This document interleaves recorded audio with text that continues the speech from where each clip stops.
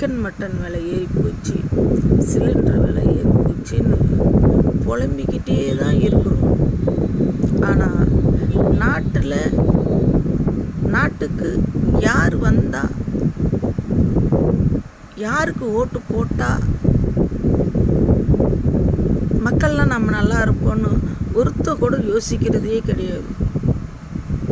யார் எப்படி போனா என்ன, யார் ஜெயிச்சா என்ன, யார் ஜெயிக்கலனா என்ன அப்படின்னு மக்களே அப்படி நினைக்காதீங்க. முன்ன நம்ம ஓட்டை விற்காதீங்க.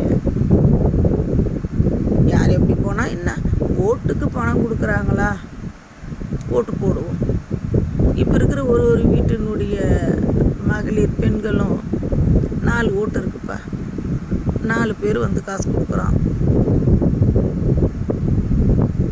அவனுக்கு ஒரு ஓட்டு, இவனுக்கு ஒரு ஓட்டு, இவனுக்கு ஒரு ஓட்டு, இவங்களுக்கு ஒரு ஓட்டுன்னு ஓட்டை பிரிக்கிறீங்க. வேண்டாங்க. காசுக்காக மனசாட்சி இருக்கு, அவனும் காசு கொடுத்தான் இவனும் காசு கொடுத்தான் அப்படின்னு நினச்சிக்கிட்டு ஓட்டு போடாதீங்க. தயவு செய்து காசு வாங்குறீங்களா வாங்குங்க, ஆனால் ஓட்டை மட்டுங்க யாருக்கு ஓட்டு போடணும்னு முடிவு எடுத்து போடுங்க. எந்த ஆட்சி வந்தால் நல்லா இருக்கும்னு நீங்கள் எடுங்க முடிவு. காசு கொடுத்துட்டு போகிறவன் எடுக்கக்கூடாது முடிவு, நீங்கள் எடுங்க முடிவை. உங்கள் ஓட்டு உங்கள் உரிமை. கண்டிப்பாக நல்லவங்களுக்கு ஓட்டு போடுங்க. அப்புறம் இன்னொன்று சொல்லணும்னு ஆசைப்படுறேன். பெண்கள் கற்பழிப்புன்னு பேசுகிறாங்க. பெண்களை ஏங்க கற்பழிப்பாங்க? எங்கள் பெண்களாகவே இருங்க, பெண்களாகவே நடந்து கொள்ளுங்க. எவனுமே கிட்ட வர முடியாது. குழந்தையாகவே நடங்க. வயசு பிள்ளைங்களாகவே நடங்க. பேரண்ட்ஸ் அம்மாக்காகவே நடங்க.